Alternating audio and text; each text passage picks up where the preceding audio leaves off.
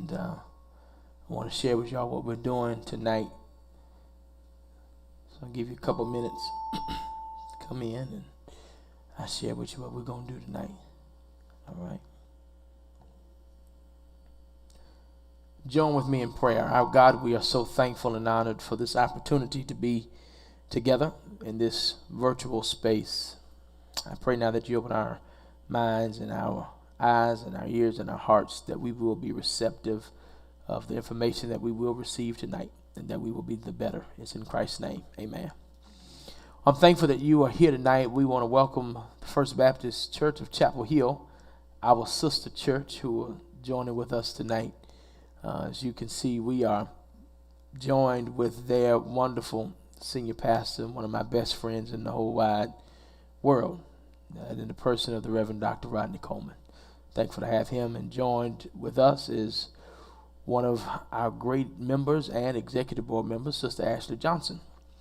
So this month is mental health awareness, and we've taken that very serious. I've shared with you probably in the last 3 years how important I think mental health is. Of course, I've shared with you that while I preached it for a while, I didn't know the need of it until I went through a dark season myself. And I am very transparent and honest that it was Jesus and therapy that saved my life. Had I not had those two, I'm not sure where I would be. And so I'm thankful for it. And I'm thankful for a village of people who told me I needed to go to therapy. That they noticed a change in me. And we'll talk more about that later. So tonight, I conclude our Bible study series. And then I think this is your last, okay, this is both of our, so First Baptist Chapel Hill and Elon First Baptist, this is our last Bible study until we come back after the summer.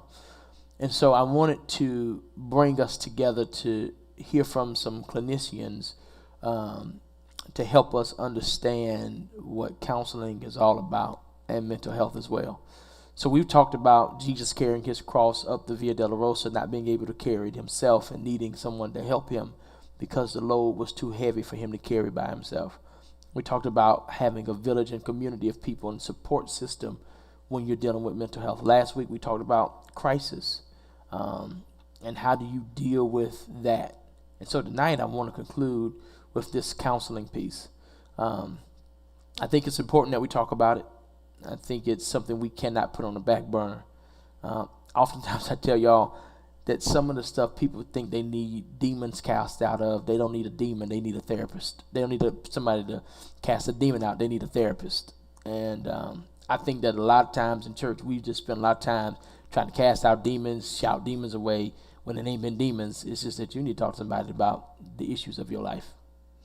I'm going to be the first to tell you tonight, I am not a licensed counselor. I'm your pastor. I can only counsel you but so much. And I'm okay with that. I promise you, I'm okay with that. And I will refer you out.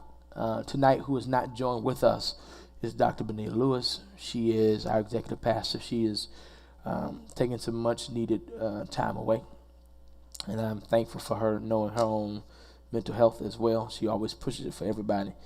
I'm blessed, though, to have her on staff. I'm able to refer people out to her.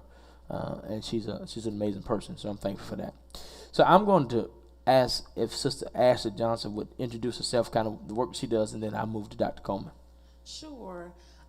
Good evening. I am Sister Ashley Johnson. I am a licensed clinical mental health counselor associate.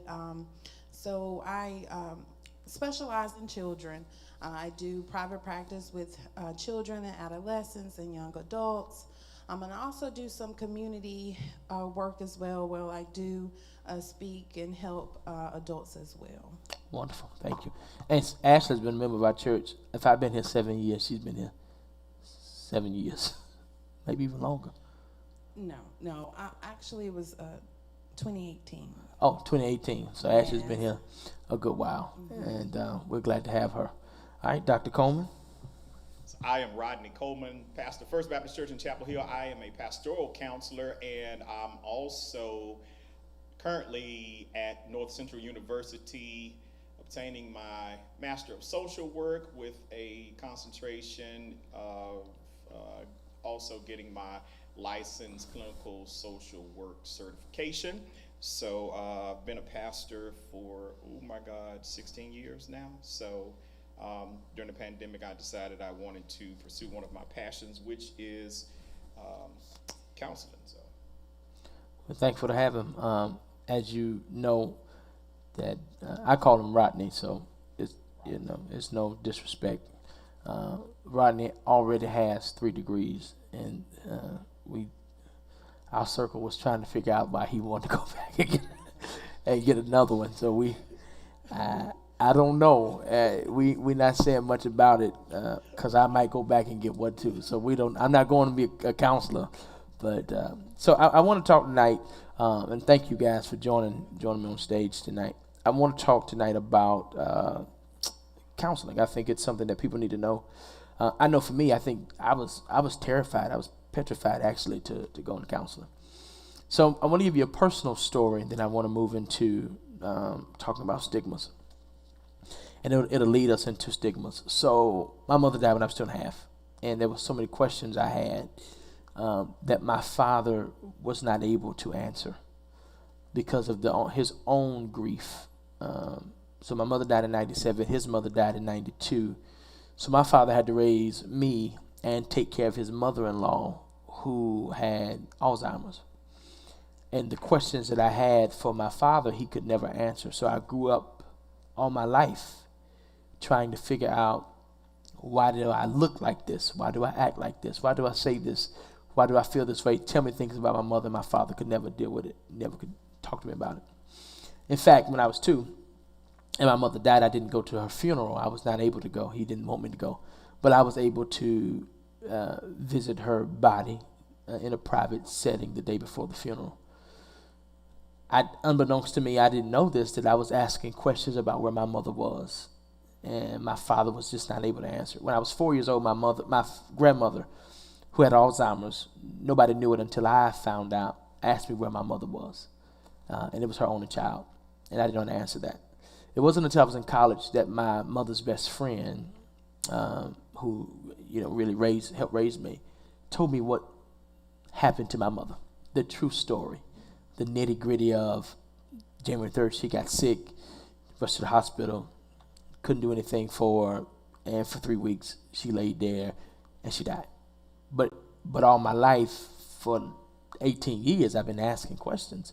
My father couldn't answer it. Had my father got me into therapy when I was younger, I probably would have been a different person. I would have had a better understanding.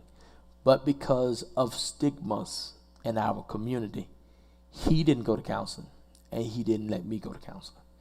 And so I want to talk about what are some of the stigmas you all see in our African American culture that keeps people away from going to therapy. I'll start. We'll pick it back. Sure. The first thing that comes to my mind is just in our community, we like to keep everything hush-hush, right? Everything in the household, don't go out telling our business. And so when it comes to, therapy, that means you have to go out and you have to be honest about how you're feeling. You have to be honest about what's going on. And so, I have found that therapy is not the go-to because, one, they don't want their business told, or they don't want people looking at them as if they have something really, really wrong with them. Like, therapy is, if you go to therapy, that means something is really, really wrong with you.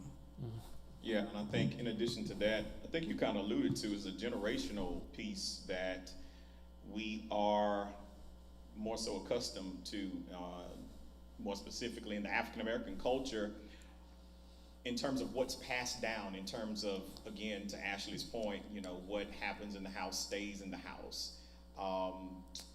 In terms of the stigmas, I think a lot of that has to also do with just generational exposure, just over time, and not being exposed to that, not having an opportunity in many jobs that African Americans have,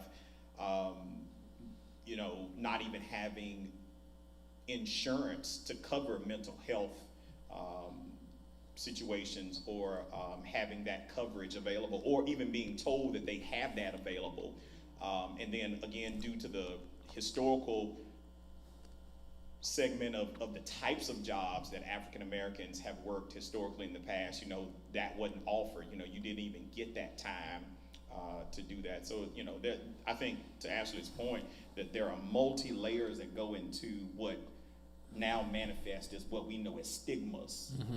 But they're really, honestly, in addition to the stigmas, which are the mindsets that accompany how we think, or how we choose to not think, or how we view mental health and mental awareness, I think a lot of it is just praxis. It's the practice. And we've been exposed to that over and over and over again, What do you think, as a pastor, so Rodney has this dual opportunity to help, because he sees it in a religious side, and then he sees it from a clinician side. What do you see as, how has religion played a part in this stigma? Oh, because we've demonized mental health. The way in which it has been preached and has been taught has been through a lens of one being possessed, or having a demonic force over one's life, and that makes people, or that translates to people feeling as though you are possessed, you are crazy, you are detached or disconnected from God. So that from the pulpit, and historically being preached from the pulpit, not accurately or adequately translated from a true contextual lens as to what the scriptures mean when it talks about one being overtaken by a spirit of things of that nature. That has really plagued African Americans.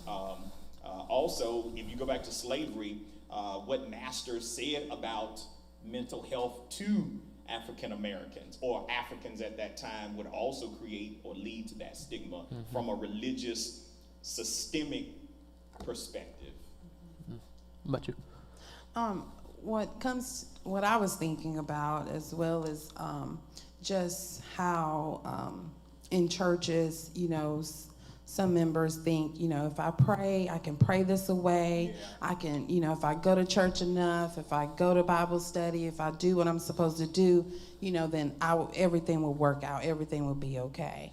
But they're not dealing with the root of the problem, right? Yeah. And so that's why the issues continue to come. That's why they continue to feel the way that they do, because they're unable to get to what the root of the problem is, and to really talk to someone about it. Yeah. That's good. And we talk about, we preach the faith without works is dead, but we spend so much time in practice trying to build people's faith, we never empower them to do the work and to partner with God in that work. And we dump it all on God, and we just say that the work equates to us just praying harder, going to church more, reading scripture more, and not really unpacking. And, we exegete scripture. We teach people how to unpack scripture, but we rarely teach them how to unpack their own lives, the living epistle of self. Yeah. I think that we forget that faith and works can coexist in the same place. Absolutely. that you can have faith in God, but also at the same time realize that you need to work on yourself. Yeah. Oftentimes I see a lot of couples that come in and they want counseling, or they want me to give advice, and I'm like, well, I think part of the problem is that you can get couples counseling together, but if you don't work on your own self individually, your relationship is never going to be well. Absolutely. And so you got to work on you. I often tell people this. A lot of people, my generation, it's somewhat of a fantasy that they live in, and I often remind them that before you get to your fantasy life, take the time to work on you.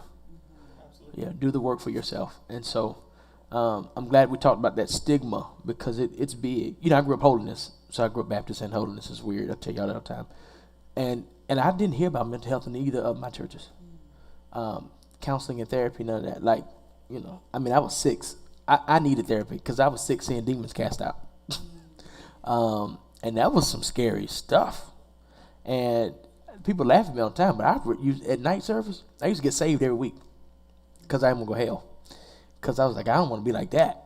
But the older I got, the more I realized some of this ain't demons. This is just that you're broken on the inside, and you need to heal the inner you. And so, then you think about our African American family members who served in military, in the military, who came back from various deployments, traumatized, not being able to receive the same services as their white counterparts, and having to just more so tuck it, suppress it, no one to talk about their experiences, their traumas, what triggers them, the sights, the sounds, the smells, the everything, the environments. And you think about how many military personnel came back from various deployments, again, not having taken advantage of these services, and now the house is affected by this trickle down. So now the traumatized comes back traumatized, and then the house is now traumatized, and kids are traumatized, and then again, to your point again, Ashley, what happens in this house stays in this house, and nobody's talking to each other. Nobody's talking to each other in the house about that. Nobody's talking outside of the house, and it becomes this big cesspool it becomes a cesspool in the sense of trauma, unresolved trauma. And again, the church just says, pray about it, and we're like, okay, all right, and then what? Yeah. And I also, let me ask here that if you have questions, we will do a question and answer. I'm not sure how they want y'all to do that. Okay, just put it in the chat. You can put it in early. You can write it down, and we'll get it however you want to. I'm sure my aunt is watching, and she probably. So, Net, you only get like 3 questions tonight. You can't get it. Okay, so we're okay. They're watching both churches. So both churches, just put it in the chat, and then we'll answer the questions. I'm going to ask Dr. Coleman in a moment to talk about stigmas about African American men, but for some reason this just came up in me. Suicide. There was a man in my hometown named George Sweet T. Taylor. George Sweet T. Taylor was about 5'1". He was round, but he could play a saxophone like nobody ever heard. He was the Sean Woods in Burlington. He was, Sean sings at everybody's funeral. He played at everybody's funeral. Amazing Grace. And I mean, he played so happy, he just make you cry. And he was the reason I started playing saxophone. And he went through this issue where they put him out of his house. The house that he had owned, the city forced he and his wife out. He moved, he raised a lot of Cain about it. And one morning he woke up. And his wife was crippled at the time. And so woke up, he went down the street, and he killed himself. And I remember as a kid, I was about 13, never really hearing about suicide. And my cousin, who preached the funeral, could not address suicide because it was so taboo, and of course you hear the whole, you're going to hell if you do it. If you commit suicide, you're going to hell. But that's not the way we stop people from doing it. Correct. There has to be something else. And so either one of you can talk about when you get to that moment where it's dark, where you feel like, I don't know if I can move on. Or maybe you have children who are struggling with these suicide ideations. What tips can you give to them? And then we'll come back to black men stigmas, but I'm not sure why that came up. Okay. Well, one, I want to say that for those who are dealing with someone who has expressed that they're having thoughts of harming themselves or killing themselves, that talking about it does not force them to want to do it more. That's the biggest myth that is out there. And so, you being open and honest and letting them express what they're feeling without you feeling that what they're saying is going to force them to do it more. That's not the case. They need to, talk about it. They need to be open and honest about their plan. If they have a plan, make sure that they don't have access to whatever they're saying that they're going to use. Make sure that their environment is safe. And if you feel that it's too much to handle, that's something that you're not comfortable with, it's resources such as 988. They changed their number. 988 is a call or text suicide hotline. And they can reach out to 988. Crisis text line is text only, and all you have to do is text 741-741. And that gives you the opportunity to offer that support so that they can talk to someone, so they can de-escalate the situation. But if you are feeling as if you have nowhere to go but to, kill yourself, be honest with your support system and let them know. And I want to talk about some warning signs. Yeah. Do that. So, some warning signs would be if you have someone and you see that they're selling all of their things, or, you've seen them written a note, or you've noticed that their mood has changed. Yeah. They have isolated themselves. If you're unable to, get in touch with them as you used to. Those are some things to look out for. That's, it is something that is heavy, right? It is heavy. It's heavy talking about it now, but it's reality for some. And so if you find yourself in that place, remain calm, show compassion, right? And offer those resources that I shared, the 988 or crisis text line, 741-741, and you can text HOME to crisis text line. Would you all put that in the chat, please? Thank you, both. Thank you. Ashley, I read an article. I've actually read several articles. I was wondering, had you read the same or been aware of the same, that some of the family members of suicide victims say that closer to that point, whereas that person appeared to be heavier, isolated, all of a sudden they really flip a switch and they become really peaceful after they've made the decision and they've come to this resolve that this is what they want to do. And have you caught that too? Yes. Yeah. So also be aware of that. If a person has just been in this constant mood, not to say that they can't resolve it and the peace would mean that, they're not getting better or they have gotten better, but I think family members have described it as this odd peace, P-E-A-C-E, this odd peace that they have where they become still withdrawn, quiet, but they look like they're really content. And I think some of that fools family members into thinking that everything is okay, but that's still a red flag and a warning sign too. Correct. Yeah. And I also wanted to bring up with children, when it comes, I have found when it comes to children, those who commit suicide have been bullied, had a difficult time, a situation, at schools. They even may have made comments, to their parents or those at school, but really no one really took them serious. Every time someone makes a comment like that, even if they say it once a week, please take it seriously. And, parents,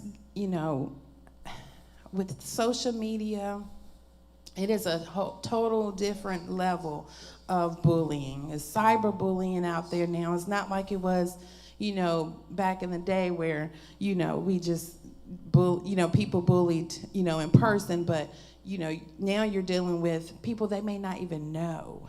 And so, parents feel like, oh, I don't want to be, all in their business or, overprotective, but you have to get in their business to understand what is truly going on and what their thought process. Some kids have thoughts that you could not even imagine, but you have to sit down and talk to them and let them know that what they're thinking or what they're feeling is not the truth. And so, I just encourage parents, just have that conversation with their children. How was your school day today? What was your favorite part? What was your worst part of the day? And just start those conversations so that it can be, comfortable with speaking with you when something happens that they're not feeling the best about. And I want to go to the opposite end of that spectrum and speak to that of seniors, elderly. During the pandemic, we saw a large uptick and an increase in suicide among elderly, aging persons. The pandemic, not only in its heaviness, created isolation, but this isolation really hurt the seniors as it relates to social outlets and them feeling more alienated. And again, that ended up translating, unfortunately, to seniors committing suicide. And I forgot the exact statistics, so I won't quote that, but there are a large percent of seniors who have gone to get help and they've sought help because of suicide ideations. And unfortunately, some of those numbers in regards to those who actually carry that out have also increased. So one of the things that I would offer is to also call and check on your aging seniors, your aging members of the community, the aging population, aging church members, aging family members, and really take some time to chat with them and check in. And honestly, I would even go a step further now that we're, I guess, moving sort of more out of the pandemic to more normalized, or what we knew as normalized, and go check on them. Do like old folks say, lay your eyes on somebody, look at somebody, and see what you see. And you'd be surprised what you will find out by doing that. Thank you. Again, if you got questions, just put them in the chat so we can answer them at the appropriate time. So I want to ask Dr. Coleman to talk about stigma in black community when it comes to black men. For example, many black men just won't do it. They will not seek help. For some reason, they don't want to feel weak or vulnerable or whatnot. But I want Dr. Coleman to talk about that and how do we overcome the stigma, or get through the stigma rather. Ooh, that's layered and loaded. So, Ashley, I'm gonna need your help on this. Okay, so in regards to mental health in men, you have to go back to some of the past traumas that African American men have had and associated with healthcare. And when you go back to Tuskegee and things of that nature, and then even back to, again, slavery, you'll find that when you trace it back, you've got generations and generations of trauma that has now led or translated to the mistrust of the healthcare system, particularly as it relates to African American men. African American men, I think, have also, from a behavioral and peer-related social perspective, we've been taught through conversations and interactions with one another that just lead us to believe that this is not something we do. It goes even back to how boys are raised in terms of not crying. Telling you, all right, chalk it up, shut up, dry your tears, boys don't cry.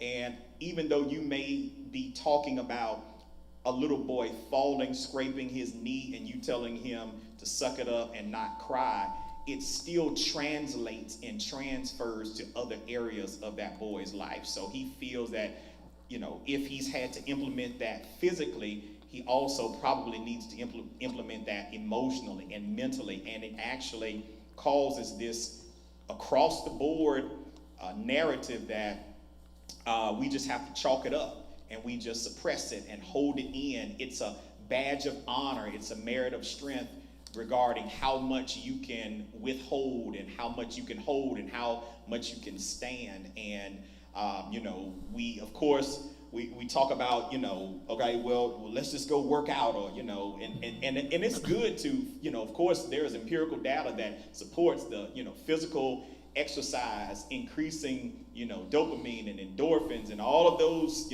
great hormones that help us in terms of our mood changes and our motivations. I get all of that. But there also, again, has to be some mental working out also, where, again, you have to unpack what you're dealing with. And I've given this illustration at my church, particularly to our men, about soda bottles and how shaking that will create this pressure. And if you don't release that, you either get flat on the inside, or you just more so explode, or in some cases you implode. So, again, I think that has created this social stigma, again, among African American men, that when we have to seek help, especially for this uncharted territory of my mind and my emotions, then that's going to make me appear weak. Mm-hmm. From a social standpoint, if I don't have practice in doing that, if I have not historically seen it done, displayed, then it creates this fear through vulnerability that I don't know what to expect.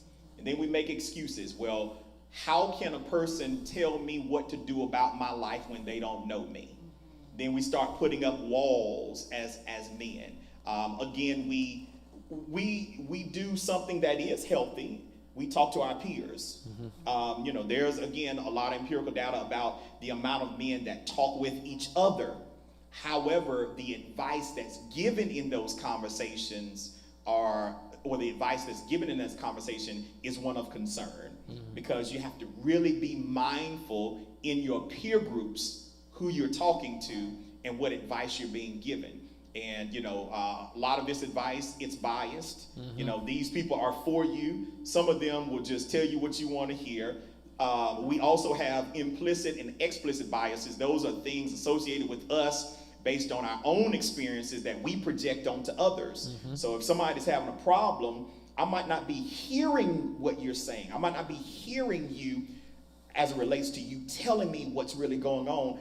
I'm trying to give you my perspective on what I would do for me. Mm-hmm. And therapy and counseling has nothing to do with me projecting my own biases on you, telling you what I think you should do based on what I would do.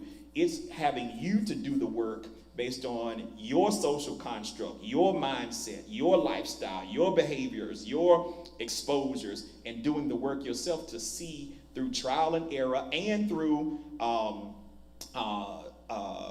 evidence-based methods what can work, what has been proven to work based on what we've given. So that's the long answer regarding how we've now found, we as an African American men have found ourselves in what I like to call the valley of the vortex of getting trapped into where we are, and and how we become stuck in that. Mm-hmm. Yeah. Mm-hmm. All right, there's some heavy stuff. Yes. Thank you for that. I want to move on and ask. I've got a question in my mind. I'm not sure how to formulate it, so I'm going to move to the next question, and then I'll by that time have formulated the question maybe in my mind. So the question I have is, what does when do I know I need therapy? So I was 26 when I I was 26 when I started therapy, but I didn't know I needed it. So I didn't know I needed it until my daddy died, and even then I didn't know I needed it. I mean, I had no desire to go, but I needed it, but I had no desire to go. So a person watching tonight, so we may have people from the ages of, I'm going to say 5 to 99. And the reason I say 99 is because somehow my 99-year-old church mother watches us on the ether waves. So when do I know I need it? I would say when it's changed, when you have noticed a change in your mood, in your thought process, in the way that you move, your daily routine. If you see a change, and what you do to help, like for instance, if when you're feeling down, you go walk, or you go work out, or you spend time with family, and if that's not working for you, then that's when you need to do something else, to go to therapy. I say this jokingly a lot, but I'm really serious when I say this. And this is my answer, and I believe it with my whole heart. If you're breathing, you need therapy. You need it. You need it on various levels. You need it when things are wrong. You need to also consider therapy just as a rule of maintenance. You also need to use therapy to ensure that you haven't suppressed some things that will eventually manifest in an unhealthy way. So I always tell people, if you're breathing, find a therapist, because there's always work to be done. And the biggest misconception that hurts me the most is people who say, well, life for me, everything's okay, so I just don't feel like I need to talk to anybody. Actually, life is okay because of you subjectively thinking that it's okay by the way you cope and the way you process. That doesn't mean that's the absolute truth. You don't know that until you get in front of a licensed professional and confirm that. So here it is. If it's okay, prove it. Go to a therapist and let someone who's got that professional skill set, let them confirm that, okay? And it's worth I don't have money to prove it. Yes, you do, because that confirmation, if you say you're okay, then it should come out, and that should be the price of admission, and that should be par for the course. So again, I think I would just act as always as if, even though everything is okay, it could be better. So what's interesting is, I think grief is forever, right? But when I moved through the initial shock of my father's death, and I kind of got through that and come to terms with not having both parents, my therapist told me, he said, Mr. Wilkes, I think you're good with knowing how to move through life without your parents. But I can't not release you because you still pastor a church. That's right. That's good. And he said, what I've heard in these sessions have been a lot about your parents and your father, but I heard a lot about church. So I want to take some time to talk about church. And it was not until I met with my therapist about church did I realize how empty I really was. And so I have him for maintenance. I have a therapist just so I can tell him how I feel. Yes. About, I mean, yes. I mean, like, yes. like, they said this to me, and this was like, I'm like, I need to talk to you. You need to take the anger, hear my anger in this, so I don't react to somebody else in the wrong way. Yeah. And I feel so much lighter. Yeah. I do. I feel so much lighter. So, especially if you had a tough job. Yes. you have a tough job, like you're seeing people die, or you're being around people sick, or you're dealing just with tough stuff, you need to make sure you have a therapist. Yeah. Let me ask you a question. So, what's the first step? So I'm listening to y'all tonight. I've been contemplating therapy, and so now I need to figure out what do I need to do to get a therapist. There are different resources available. We were talking earlier about Psychology Today. You can put your zip code in, and then they'll bring up therapists, and they talk about their background, what they specialize in, and if they're accepting new patients. They also share what insurance they accept, or if they are private pay, if you have to pay out of pocket. That is a resource. Also, therapy for blackgirls.com is a resource where you could find, black female therapists as well. But then you can always Google, and you can. I don't particularly like Googling because it gives you too much. I want to kind of just piggyback on that. I love Psychology Today because of the filters that you can use, and then word of mouth. Just asking peers if they've got some recommendations. That's huge as well. I'm just thinking. Also, your employee assistance program. Yes. So, with your job, you have benefits of having an employee assistance program where you can call in, you can speak with a counselor right then and there. They can provide that immediate support, and they can also refer you as well to get started with therapy. So that is a resource, and I know it's a stigma around employee assistance program as well. They don't want their job to know that they're calling in, and it's confidential. Your job will not know if you call in to get support. They actually purchase that program for you to have that support. So use it and get the support that you need. Do I get that here too? I'm just trying to figure out. The First Baptist didn't get it. Do you too? What, EAP. I take my own EAP.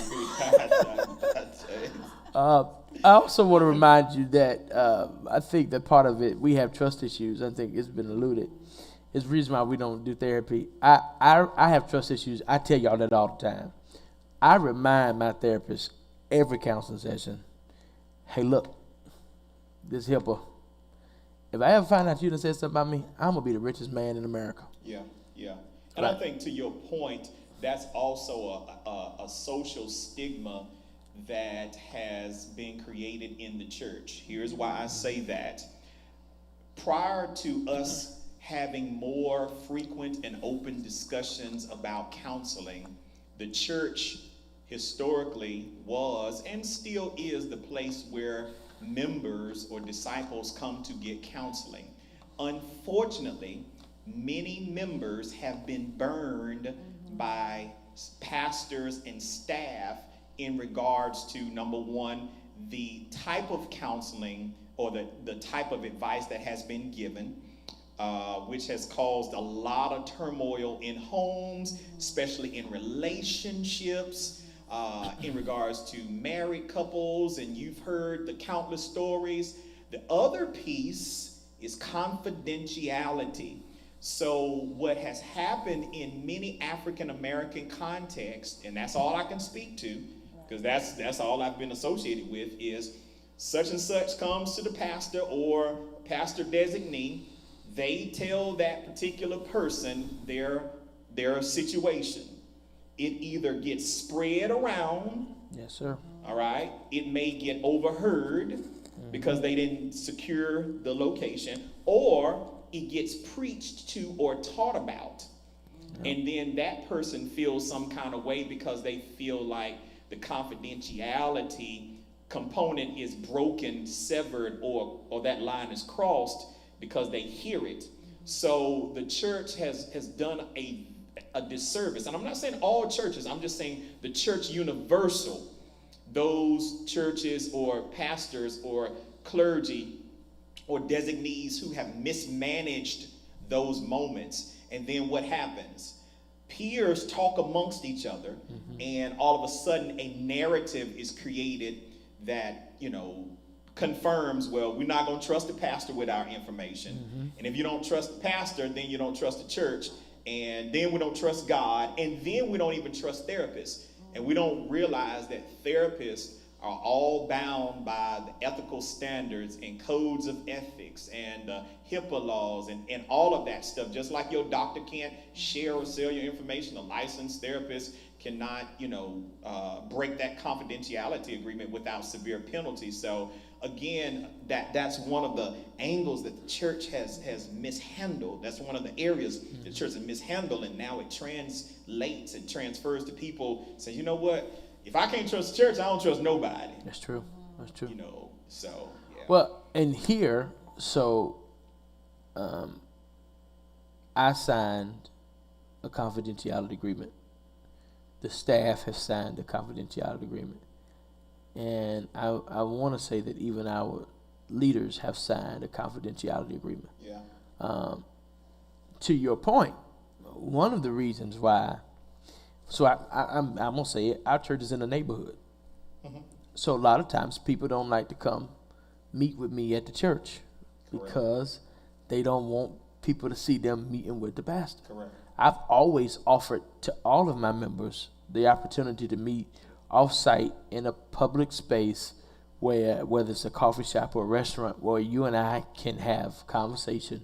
I can help you through this, and you don't have to feel shamed for being and coming to see the pastor. Yeah. I think that some of that has played into, like you said, part of what people have felt throughout the years. And so I think that pastors got to do a better job at being creative and figuring out ways to engage the membership in ways that make them feel safe. And the pastor safe too. Yeah. And this is a sticky, tricky situation when you come to a clergy person for counseling. I mean hardcore counseling. And here's why. We talked about this before the segment. There's a term called dual relationships that we use in counseling and in social work, and that is multiple layered relationships. So, for instance, if Wilkes is my pastor, he's my pastor, and then I come to him and he's my counselor, then there's no disconnect there. Like, for instance, when you go to your licensed professional counselor, social worker, there's a disconnect. There's a time limit. You don't see that person again until the next time. Church context is different. So if I'm your member and I come to you for some hardcore, in-depth counseling, not only do I have to see you during that session, but after that, I got to run into you on multiple occasions, at events, at church events, in the community, because we all live in the same community. And that lack of disconnect sometimes makes it a little tricky. And that's why I really have become a super hardcore advocate of referring out for some hardcore things, because I think that there needs to be a healthy disconnect. And again, you talk to your therapist about that deep-seated stuff. You come back to me, let me help you walk through the spiritual component, and let's walk through this together. There's another thing I gotta say that just it triggers me. It triggers me every time I think about it. Because oftentimes people fail to realize how many other people they've told their business to before it gets to the pastor. You as a pastor, a pastoral counselor. And then they get in their feelings when something leaks out and they blame the preacher, and you've told everybody already. And even if you told two people, now those two people may have shared it with somebody else. And all of a sudden now you get unfairly attacked.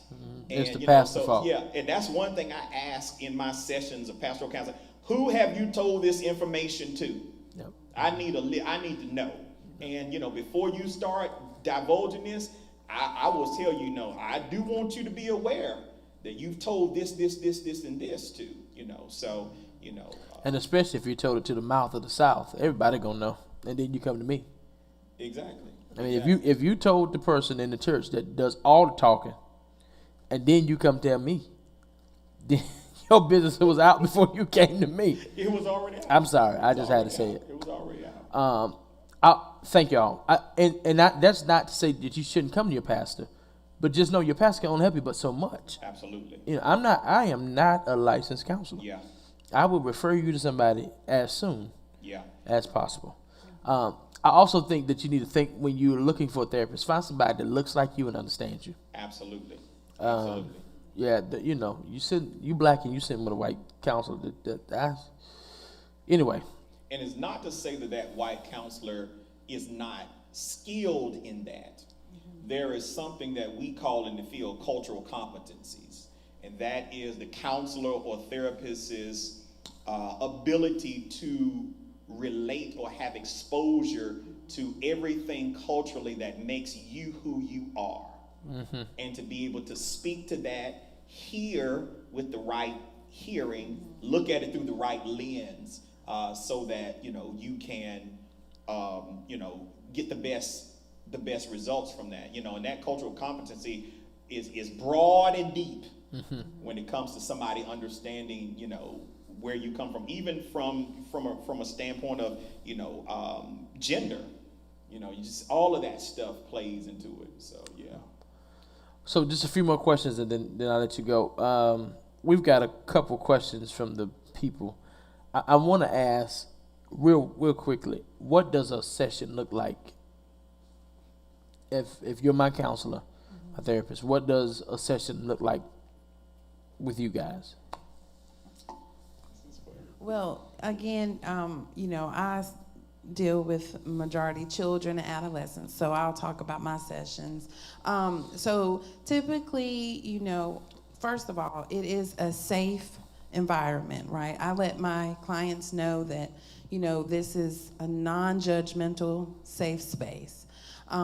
So typically a session will run 50 minutes or until my client feels that they've said everything they needed to say.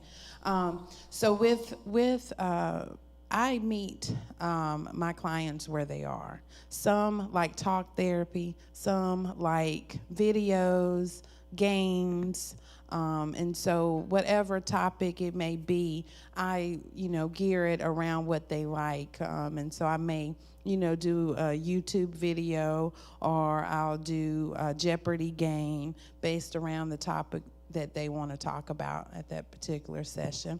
And then we meet once a week, and then it gets to a point where if I feel like they have shown progress, then it's every other week. And so we go until they feel that they are ready to be discharged, and we'll have a discussion if they're ready to stop. So for me, now that I've entered into the more professional side of counseling, my first session is more so an initial consultation, where I'm going to give you 15 free minutes to tell me why you've sought counseling. 15 free minutes. We charge in the profession now, so I mean, so that consultation is more so me gathering information, collateral as we call it, and to find out what your focuses are, what you're reaching out for. And then I'm up front in my first session, because that first session can turn off a lot of adults, because a lot of adults want to start and they want to jump in and they want to solve everything in that first session. You've got 15 years of layered experiences and trauma and all this stuff. And you want to handle it like in one swoop. And, the first few sessions, and I'm up front, it's about building rapport. It's about getting to know each other. It's about how we are going to communicate. It's about connecting, making a contract with each other. What do you need from me as a counselor? And me sharing what I need from you. So that first, typically it takes me about 2 sessions to kind of break the ice. So after that, of course, it's about 45 minutes to an hour session. We have goals in mind. We do planning, and we just kind of go through there. And I'm sitting there actively listening to what that person is saying. I am not a life coach. I'm not going to give you my advice about what you should do. My job is to help facilitate what you have going on to and present some practices and methods to you so that you can figure out what works best for you. You've got to take ownership and partnership in this as an adult. So I'm speaking to the adults. So, my job is to work with you to see what the situations are, to create plans of action, and to, give you some accountability in that, and to also connect you to other resources. So, in some sessions we talk about creating peer groups or, reaching out to other resources or having other resources. So it gets, quite in depth in terms of sessions and what those sessions look like. And I also see with my sessions, we'll have like one family session every couple of sessions, because it's about the unit, right? I have to make sure that the parents are understanding what they're working on, so that after they're finished with me, they can continue to work on the things that we talked about. Yeah. Wonderful. Yeah. Thank you for that. Thank you. So I've got a couple questions from the congregation. Like, we got people sitting in here, right? I got a couple questions from the online viewers. Also, I want to remind you that both of them have said it can't be fixed in one session. It takes time. And so, and it's rough work. It's tough work sometimes, but it takes time. It's rewarding work. Yeah. To be better you. Yeah. And it's okay if your first therapist that you find is not a good fit for you. It's okay. It's a trial and error until you find someone that you vibe with, that you feel comfortable with. Yeah. And so, it is going to take, it may take some time, to find that therapist that you feel that fits to what you're looking for. So don't give up if you schedule and you're like, I'm not feeling that person. That is okay. This is your journey. This is your healing journey. So you continue to find a therapist until they, meet your needs and what you're looking for. Yeah. Thank you. So I want to make this comment. Therapy is an investment into your future and into your now, to make you and to help you become a better person. If you think I'm lying, invest 1 session, 2 sessions, 3 sessions in yourself, and you'll see how things come out that you've not shared with people, and how you start to feel a lot lighter and a lot better. I know oftentimes Coleman said the first 15 minutes are free and then it costs. But there are some therapists, if your insurance won't cover it, there are some therapists and there are some resources that can be available to help you if you cannot afford it. Absolutely. Okay. And so please, ma'am, please, sir, do that. So here are a couple questions that I have from the virtual audience. What do you think contributes to the crime rate among the young people today? Do you think that that's dealing with mental healthness? I mean, I can say yes. I don't know. In 30 seconds, I'm going to let you answer that question. This one? Yep. Oh, this is out of my scope, man. Honestly, because when you talk about contributors to the crime rate, I would say a person best suited for that is a sociologist, not necessarily like psychologists. We can kind of, like from my angle, Ashley, you can speak to this too, like from my angle, I'm studying behaviors.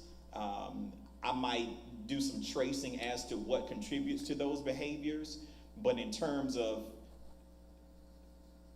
in terms of me talking about a crime rate and statistics and what I think contributes to that, that's more of a social type lens that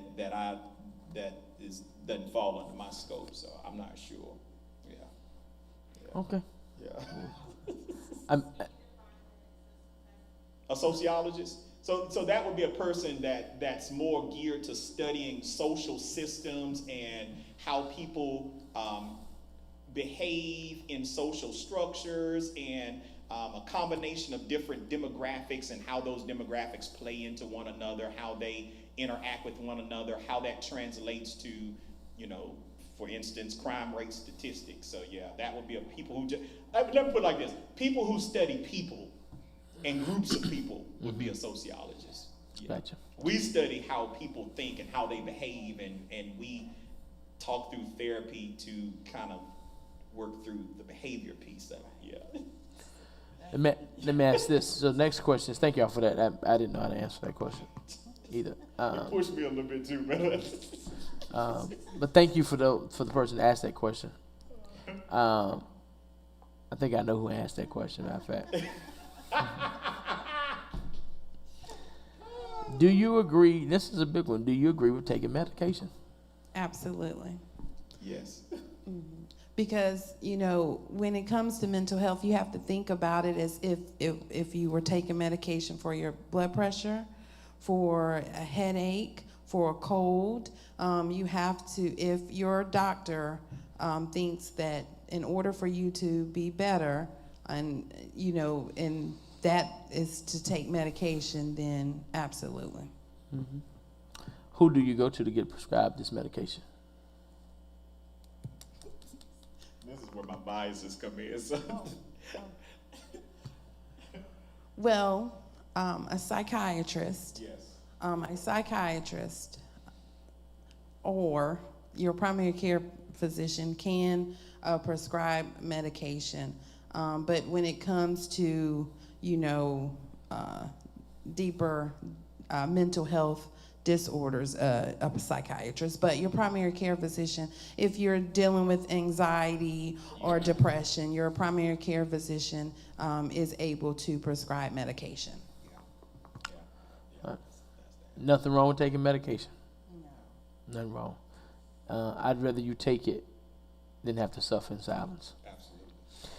So this next question, it's something I wanted to, I want to, so the person on virtual asked this, and then I've got this question in my head.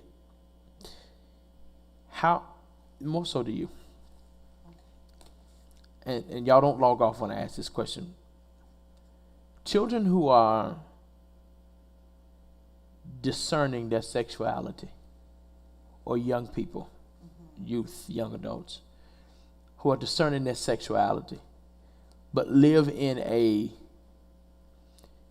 dogmatic world, like, you're going to hell for this, you're going to hell for that, you're going to hell for this. We don't do that. Men don't do that. Girls don't do that. Men don't dress like that.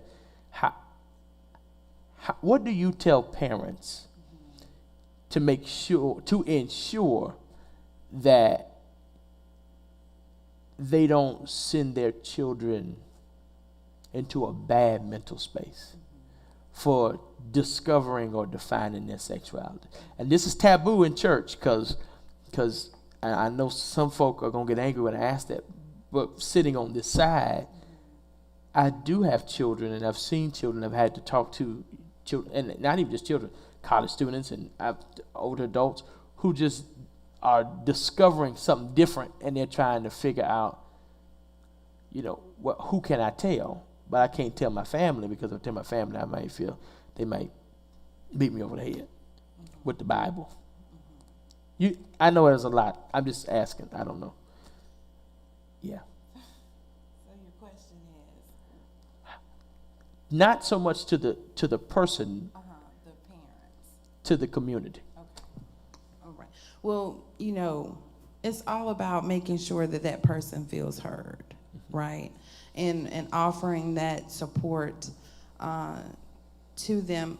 And, sometimes, as parents, you just have to put aside your own thoughts and beliefs to reach your child. And, I would encourage, if that's something that's uncomfortable, having family session, bringing that with a therapist who's able to mediate, through that hard conversation, because that is layered and that's something that, will take time. But I think the first step is just showing that support and letting them know that you hear them and that you still love them. I think that's the part where I've, spoke with students who are dealing with that. They just don't feel loved. They don't feel like they will continue to be loved by their family if they, open up about that. And so just making sure that you allow your children to know that you love them just the way they are, no matter what that may be. And then what do you say to the person who's suffering in silence because they're afraid and they're ashamed of being honest with, Coleman and I were at Wake Forest the other week, this clergy community, and there was a presentation, and I never really thought about it in this way, of this shameful feeling that makes you hide. So what do you say to that person that's saying, look, I want to be honest, but I feel ashamed? Well, I would say first you have to know who you want to talk to. And because, we know our family members more than, anybody else. And so you have to approach your family member to where they will understand you. You can't go and tell, everybody the same way. You can't go and talk to people the same. And so first you just have to know who you're speaking with. And if you have to be creative, if you're uncomfortable with, talking face to face, maybe writing a letter, or, again, bringing a third party in so that you can feel comfortable sharing. And let me say this from a pastoral standpoint, and I'll get to the last question. What you can't do is send somebody to hell and beat them over the head with the Bible when they come to be honest with you. That's not our job. Our job is to love them and care for them, right? And if we theologically believe that their lifestyle is not what we think it should be, then our job is to pray and encourage them to have a relationship with God. And if we believe, there's that faith piece, if we really believe that God is able to do whatever God wants to do through our prayers, then that person's life may change. And if not, that's not our decision. That's between that person and God. Yeah. I think we've demonized so many people, and we've put them in mental spaces, in bad mental spaces, because we've taken the Bible and we beat them over the head without actually loving them and trying to create this relationship between them and God. Dr. Coleman. And when we use this word love, you got to think about the love language of that person that you are displaying this love to. How does a person translate that love? And for many who have now identified as LGBTQIA plus, as well as transgender, one of the love languages that they don't get is that of protection. And families may feel as though the only love language they want is acceptance. Because that may come out. That, can you just accept me for who I am, accept me for who I love, accept me for how I am. I think the base of all of that, though, is protection. Yeah. When I'm vulnerable, I need to feel protected. I need to feel safe. That's part of Maslow's hierarchy. I gotta feel safe and secure. Yep. If I don't feel safe, we don't even go to this next level. If I don't feel safe, I don't even have a discussion with you about who I am, how I am, why I'm the way I am, how long I felt like this, and the processes that go into one maybe accepting it at some point. Because again, I can't even get past first base. Right.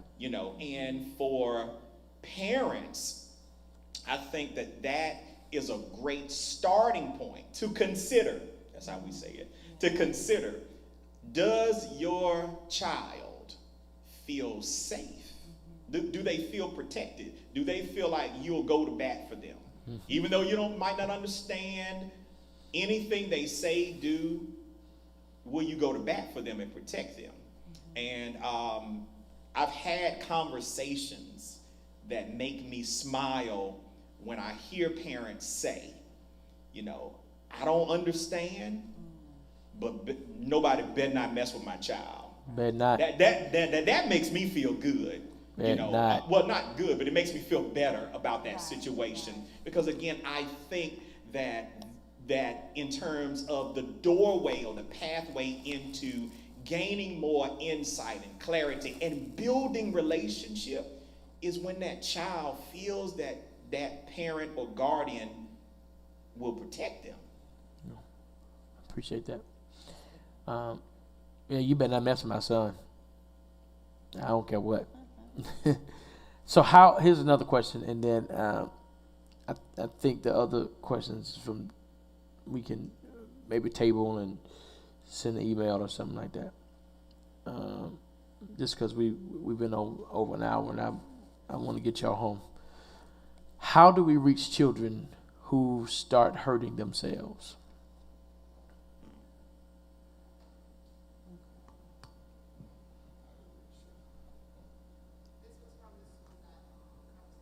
This is from the suicide conversation. Okay.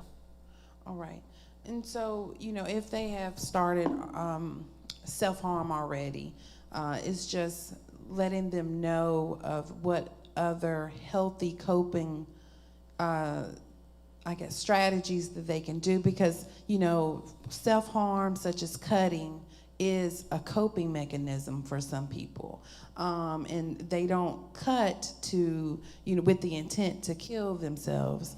They just they're coping with whatever emotion that they're feeling. And so, if that has already started, just sharing healthy coping strategies with them, such as, doing something that they enjoy to distract them from wanting to cut themselves. So there's different, coping strategies that, they can do. But if they've already started and if they do not have a therapist, I would recommend for them seeking out counseling. Yeah. I didn't find it there. Hold on. What was it? Oh, with the self-harm? Yeah, that was self-harm. Yeah. Now, if you live in Chapel Hill, we have a crisis response unit that is connected to the Chapel Hill Police Department, and you can always call that number, and we'll put it in the chat. And this is my plug for my peeps.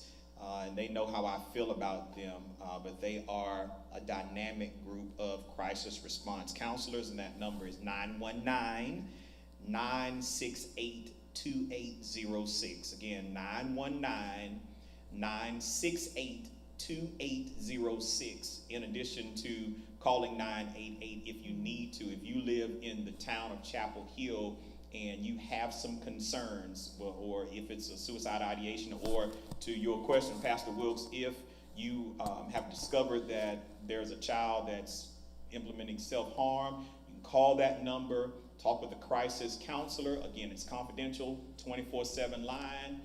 You will speak with someone. They will walk you through and connect you with some ongoing long-term resources to get you the help that you need. So.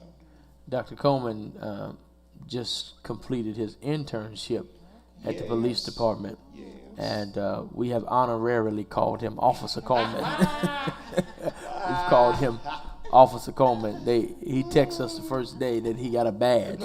And I said, Lord, they gave the wrong man a badge. It was an entry badge. It didn't matter. They gave him a badge. It was an access badge. Can y'all thank God for our panelists tonight? Thank God for them who they've come. And I hope that this has helped you as it has helped me. And this is not the only time we'll have these conversations.